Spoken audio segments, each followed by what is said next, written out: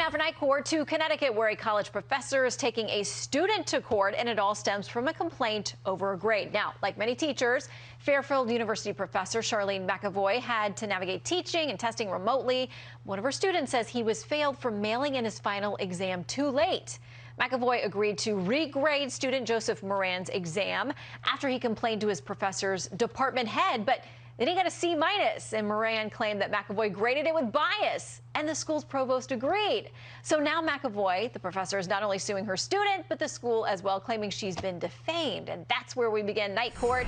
It's now in session with the host of the Law Junkie podcast with attorney Ethan Behrman and criminal defense attorney Brian Claypool. Welcome to you both. I do want to add this note, too. The professor actually sent out envelopes with the test that had a prepaid envelope to track it and send it back, and somehow the student didn't comply with that part of it. Anyway, you know the rest of the story. Let's start with Exhibit A. This is the complaint. In the plaintiff's instructions for taking the exam, she specifically required the exam had to be mailed by UPS. She provided a postage prepaid envelope and also specifically paid for tracking. The plaintiff didn't receive the exam until after June 12th, 2020, and she gave the defendant a failing grade. She received it June 16th. Brian, that did not meet the standards the professor had set. Boo-hoo, Shannon. We're in the middle of a pandemic, and she's given the student a hard time over 4 days. I mean, this lawsuit has absolutely nothing to do with justice, nothing to do with alleged defamation, and everything to do with what's called a bruised ego. And if we start allowing bruised egos of professors and teachers across the country, so they're now suing students, we're going to have an avalanche of lawsuits in the system, and cases like sexual abuse are going to take a backseat to these ridiculous cases. Real quick, for defamation, you need a statement of fact. This was an opinion that the student made about the professor. It's got to be published. Wow, a couple faculty members found out about it. It has to be false. False. It's an opinion that this teacher isn't going to grade it fairly. How do we know whether that's false or not? The last part gets me. There's injury. You need injury for defamation. How's there an injury? She still has her job. She hasn't lost her salary. She's still teaching. So this is a catastrophic waste of time. Okay, so the university is being sued as part of this. That gets us to Exhibit B.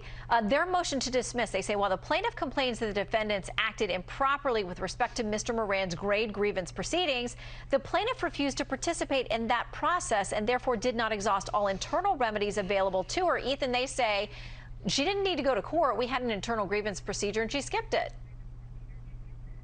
Right. Well, they skipped their own procedures, and that is actually what the plaintiff argues here. Remember, this case comes down to a really simple fact. A professor gave basic, simple instructions to a student who didn't follow them and then failed the final because the student couldn't follow the instructions, at least as alleged in this complaint.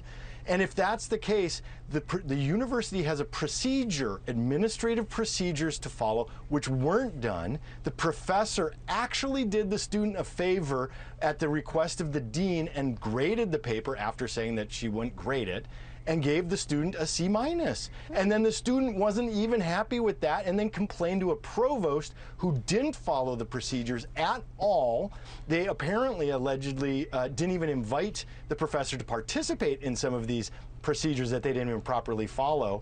And so, look, this is a breach of contract. The professor needs to teach students how to follow the rules. That is life, especially in a business law type class, as I understand this.